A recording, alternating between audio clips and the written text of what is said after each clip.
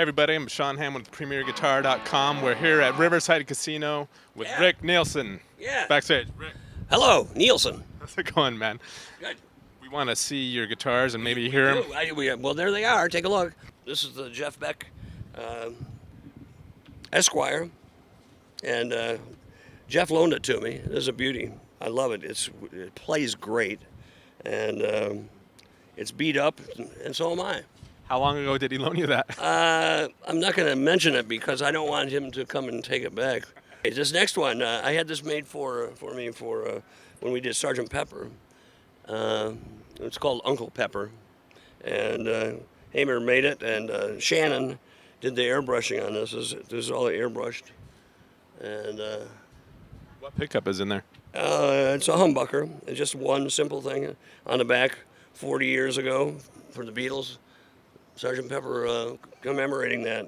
And there's actually a second one of these that was made that we're donating in Liverpool for the Liverpool Children's Hospital. You pretty much. Sounds great. I use this on the flame every night. And this one, this is just yellow, but it's got a whammy bar on it. So with the few songs that I use with a whammy bar, I wish it weren't so complicated, but I, when I need a whammy bar, I don't like it to go out of tune. Yeah.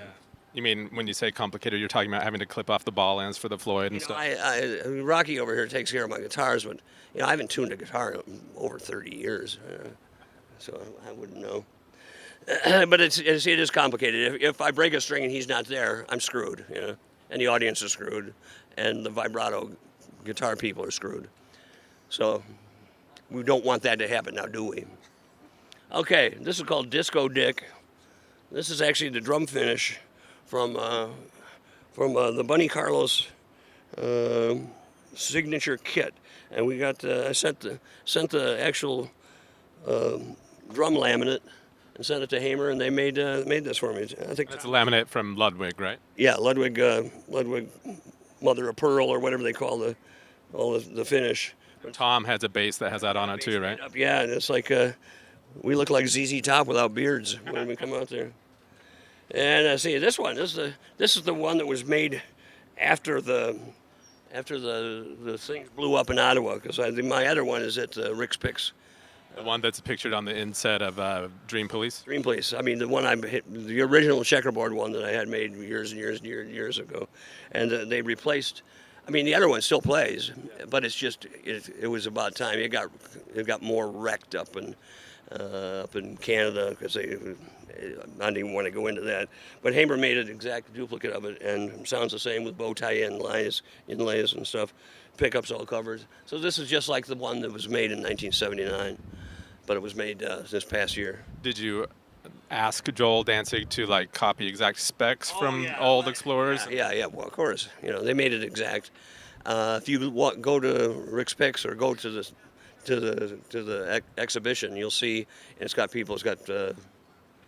Todd Rundgren and Joe Elliott, Slash, and Chad Smith from Chili Peppers, and I don't know, just tons of people are playing it, and it's pretty cool, because they're all playing. Oh, Dave Grohl plays it. He took it up on stage in Milwaukee and played it, and they all said kind things, and you'll see that the guitar plays itself. It plays great.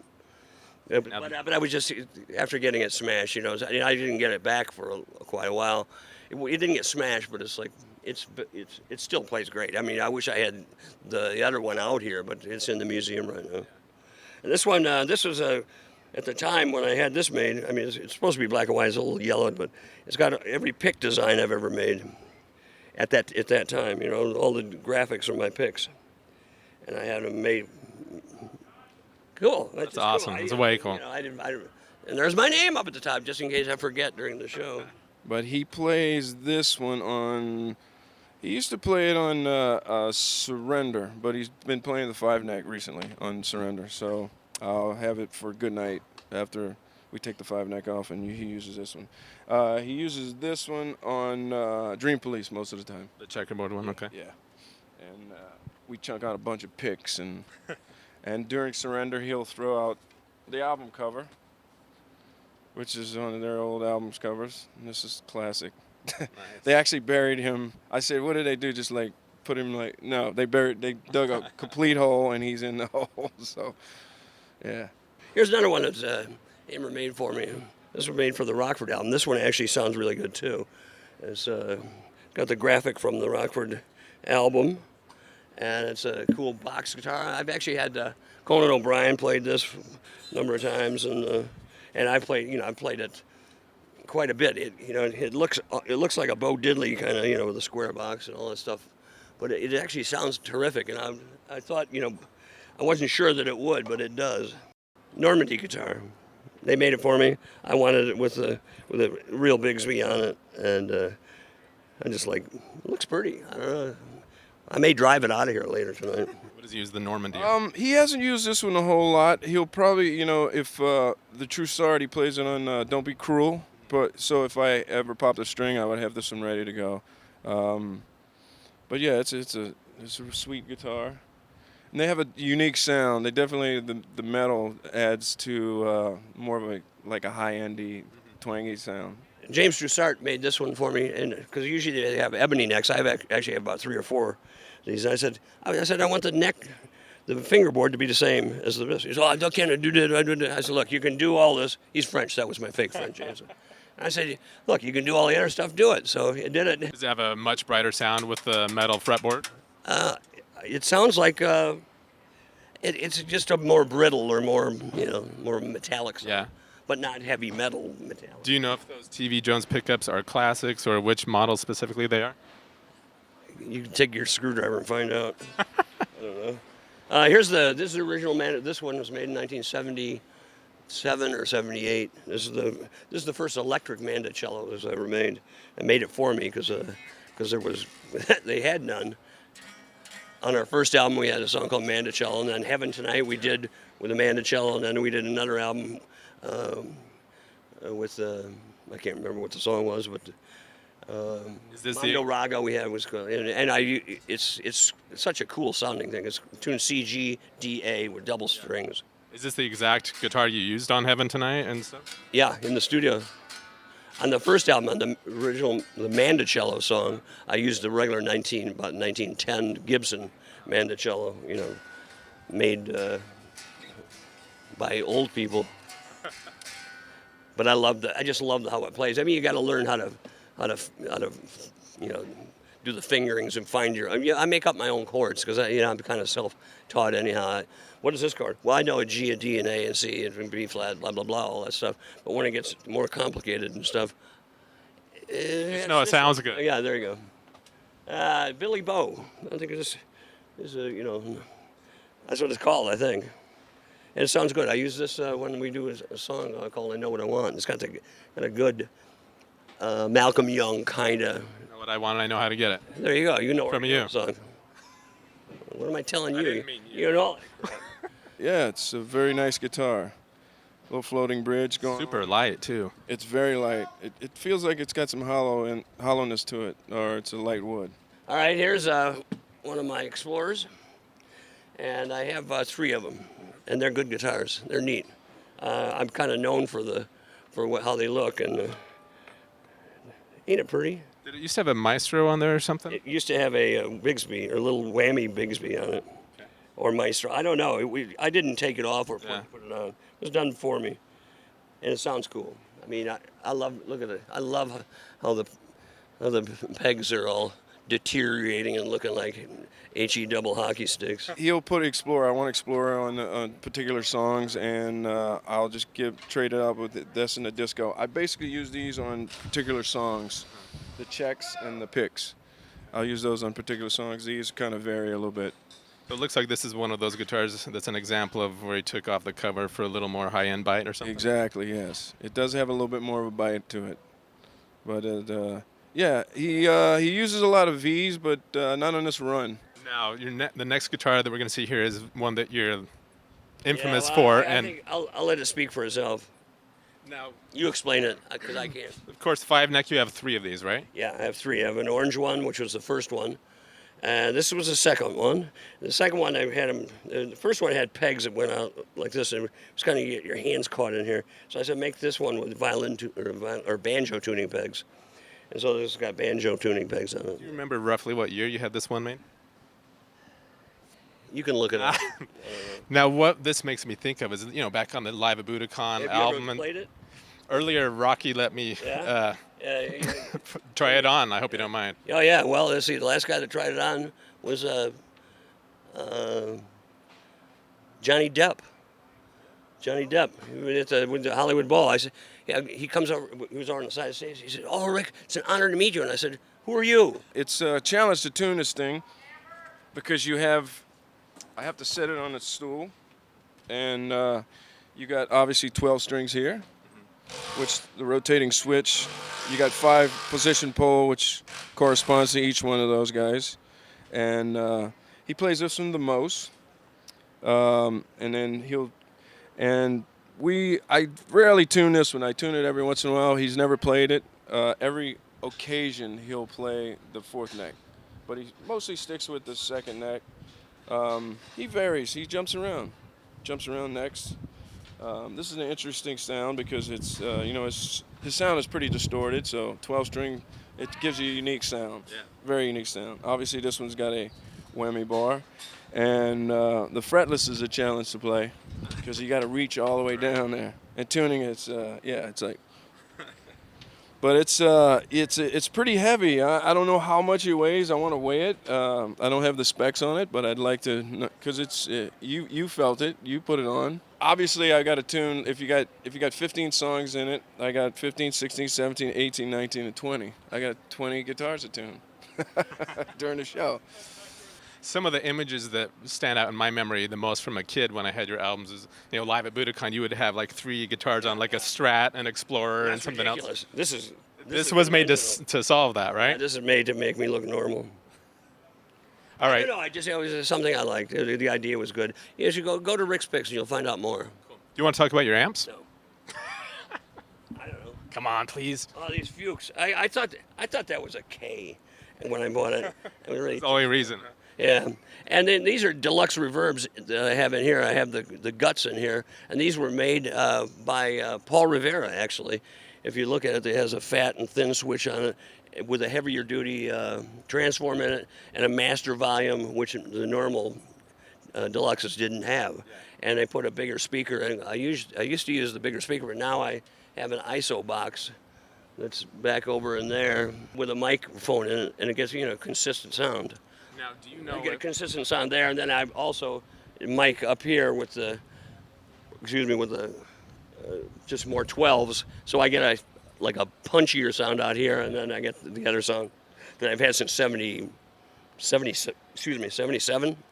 The Deluxe Reverbs. Deluxe. I had 6 of them made for me. Now, Paul Rivera designed Deluxe Reverb 2s for Fender in the early 80s. Is that the circuit that you're using? I don't know. It was because I had it made before he did it. He did them as for musicians, for like studio guys, basically. And I heard one. I said, I gotta have one. And I said, well, I better have 2. And I better have 6. So I had 6 made for me. How much of the sound you get out of the Deluxe is it mostly for a clean sound or sort of early breakup? It's just it's the tone I like. I don't use any pedals. I have a wah pedal, but I don't really use any pedals. So it's like, I get all the harmonics and this and that and the feedback and the sustain. That's all real. Yeah, so a lot of people like a Deluxe Reverb for a clean sound, but you're getting some of your grit from that too. That's why I've got the master volume, so it's like I can get a good sound at a low volume or a high volume. It's like it sings. And you've always got the Fuchs amps on too. Yeah, with the Fuchs that I use for punches the front here out of the Gibson cabinets, and I've had extra stuff, but we have so much gear. This is what we've got out here right now. Now, speaking, you just motioned that we didn't see this. So you want to tell us about that's a 58 Les Paul? Yeah, it's nice and pretty.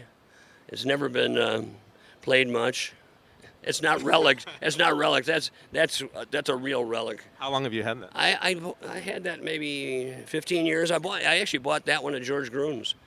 It was up on the wall, and once again, it's like most people. Oh, that looks too crappy. I was just drawn to it. I just went right to it, and I said, "Make me a deal." Rocky was talking earlier about on some of your guitars, you take the nickel covers off. Yeah, the pickups. That's an old trick. Just to get more high-end bite and stuff. Just to look cool. Who cares what it it does. I'm not a techno guy. I'm really not. I'm just like, I know what I like, and it's like, and I go to people that are professionals that know what that is. And a lot of people tell me, well, here's what you need. It's like, and every amp sounds great in any room usually, but the real test is being out here all the time, and I can go from here to the studio, and I know what I'm getting. Back on the Fuchs a little bit. Yeah, they were nice to me. They actually made they copied the heads to match my speaker cabinets that Gibson actually made for me. And so I've got, because I started getting those, I think they're called Blues something, or Blues Magoos, I don't know what they're called, something Blue something. And because I liked it was 212, and that's what this is. And then I said, well, I like them, but I want them to be checkerboard. So they always freak out when I walk in the building, but they made it. And I actually had the Gibson heads, but I liked what I've got here. What drew you to Fuchs amps in the first place? They called me up. And I think one of the guys that worked for me years ago said, "Hey, you got to try these out." And so I tried it out. Because I've got Marshalls, I got this, I got that. I got Sound City, I've got 65. I got some of those. They made checkerboard stuff for me. I've got a lot of amps, so it's like I'm not running out yet. I'm glad you mentioned the Sound City, because we Facebooked before we came out to say, what do you guys want us to ask Rick Nielsen and the guys? Yeah, they wanted to know if you still had those. Yeah, I bought them. I couldn't afford Marshalls at the time, so I bought 8. Or let's see, I think I bought 4 or 6 stacks of Sound City, because I could get the same amount. Head, 2 bottoms. I could get 2 for the price of 1. And that was in '68. I bought them in England and had them shipped over, and I've still got them all. I don't use.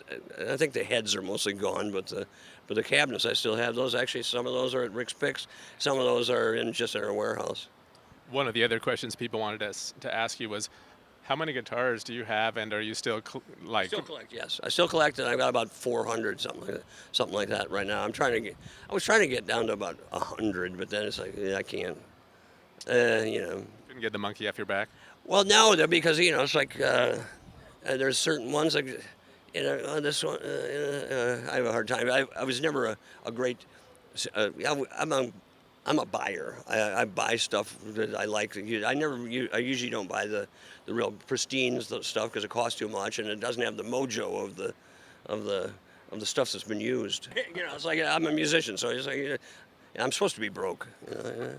Do you find your taste evolving at all when you're buying stuff? Or no, well, there's stuff that I never knew about. That was way before the internet and before we were well known enough where I could go places.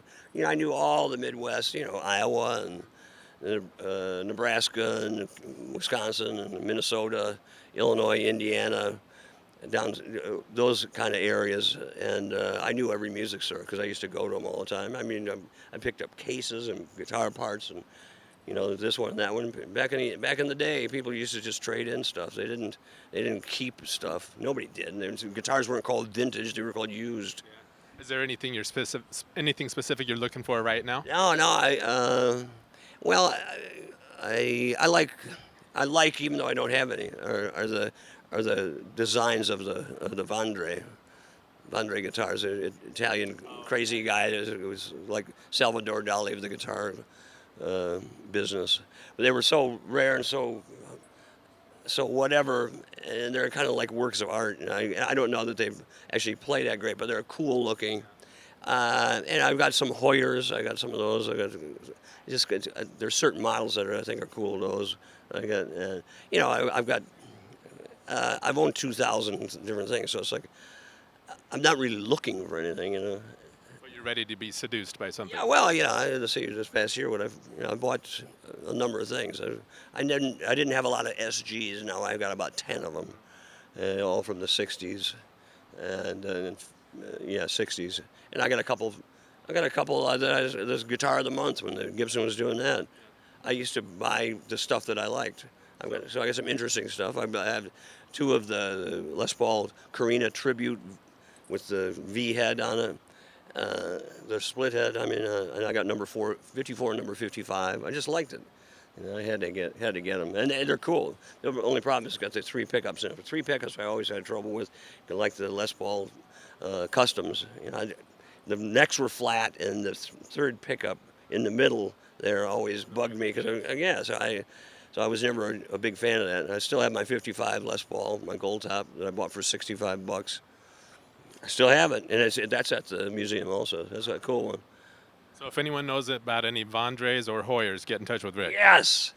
All Don't right. charge me too much. All right. Thanks, man. We appreciate you taking time with us. Have a great show. Right, enjoy it. Well, you're like a weirdo. You never speak over here. I'm Sean Hammond. Thanks for watching PremierGuitar.com.